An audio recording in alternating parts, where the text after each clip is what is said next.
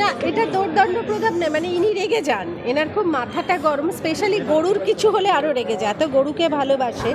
এবং এই পিসি খুব মানব দরদি, কিন্তু খুব রাগী।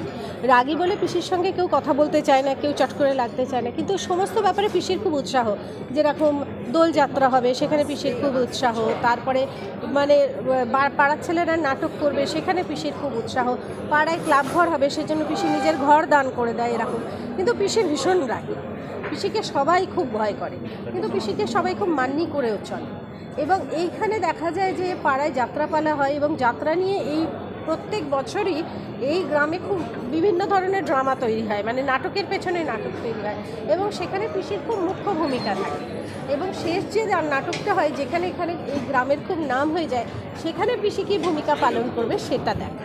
মানে তোমার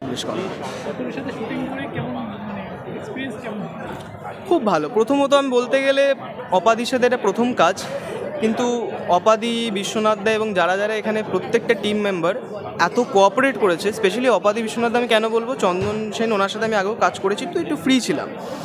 বাট অপাদি এবং বিশ্বনাথদার সাথে আমি অতটা ফ্রি ছিলাম না, কিন্তু প্রচণ্ডভাবে ওনারা কোঅপারেট করেছে, আমাকে শিখিয়েছে যেখানে যেখানে ভুল হয়েছে, আমাকে বলে দিয়েছে যেখানে আটকে গেছে যে এটা এভাবে কর, এটা তুই করে নে, আমি দেখে নিচ্ছি। এই ব্যাপারটা প্রচণ্ডভাবে কোঅপারেট করেছে, তো আমার কোনো রকম অসুবিধাই হয়নি এনাদের সাথে কাজ করতে।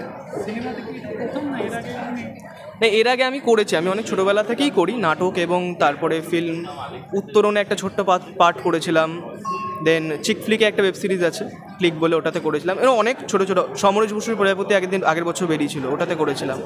তো এরকম অনেক করেছি, কিন্তু এরকম একটা লেভেলে অপাদির সাথে কাজ এবং বিশ্বনাথের সাথে কাজ, এই কাজ প্রথম।